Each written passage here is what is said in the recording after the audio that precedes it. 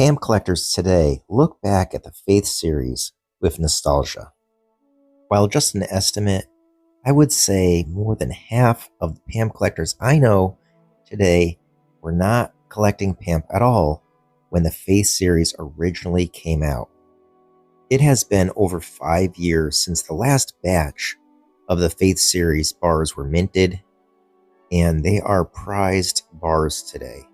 People enjoy collecting them, and their value has gone up quite a bit. So it's no surprise that similar bars were just made in 2025 and 2026. And while this is not the official name, could these be viewed as the Faith Series 2.0? I would think so. The first in the series that was made is the Buddha, and the details on it are stunning. While people like the art in the original Faith series, they are very plain and simple in comparison to the bars that you will see in this video. I particularly like how the details of the robe on the Buddha and all the fine details of the tree behind the Buddha show up so well regardless of how good the light is. The bar looks great regardless. And on the back, all these bars have more decorative styling along the edges of the bar. So that's a very different look than the original series. One more detail that's worth noting is the assay cards are very different. While the Faith series had a matching assay card, these have assay cards that correspond and reflect well the art of the bar, but they're not exactly the art of the bar. They complement the art of the bar. They are very colorful, they're detailed, and they draw your eye in very well. In fact, I would say half the appeal of these bars really is the assay cards. I originally did not see this Diwali bar as being the Hindu version for the Faith Series 2.0. This is the second silver Diwali bar made, and the Diwali bar series has been going on for a few years now.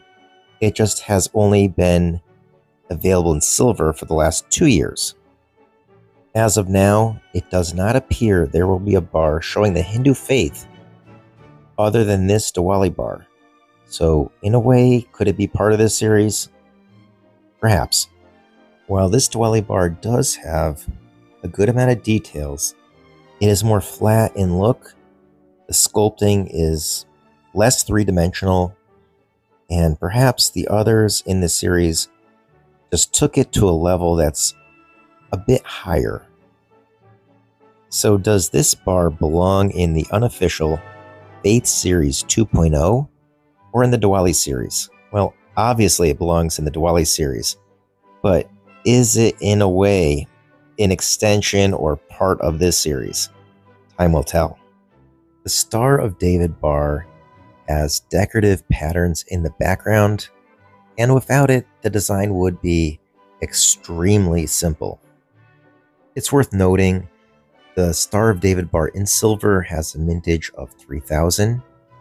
The prior two designs you saw in this video have a mintage of 4000 each, and the next two you'll see in the video will have a mintage of 5000 and 4000. So of all the designs, this one has the lowest mintage. All 5 designs of this series were made in 5 grams of gold, but as of now, the Star of David was also made in 1 gram gold weight. Will the other designs also be made as a 1 gram? I'm not sure, but I would say it's very likely. Star of David is also the last one to be made as a bar. The next 2 were actually made as coins. The time these bars were released was a turbulent one, in my opinion. The tariffs were imposed in the United States, and that affected collecting silver quite a bit. When the Buddha was first released, silver was under $50. If I remember correctly, it might have actually been in the 30s, and Pretty recently, silver saw a high of $120 or so. Despite the higher costs of the bars of Spot, collectors still really like this series and were willing to pay more for them. Very eye-catching designs with extra details does provide extra value. As with the last design, the cross here has scroll work in the background to give it extra detail. As mentioned just a bit earlier, this bar and the next are coins. So on the bottom, there is the logo of the island, and it has the year and monetary value. It does not have the PAMP logo that is found on the bottom of the other bars. So there's actually two PAMP logos on the other bars. This one and the next only has one PAMP logo and the logo of the island this is a coin of. The cross has a mintage of 5,000, which is the highest in this entire series. But despite having a higher mintage, it's not necessarily easier to find. If anything, I think this might be the hardest to find in the entire series. On initial release, this bar was hard to find, and it could be with being a turbulent time, silver prices being up so much, demand being up so much.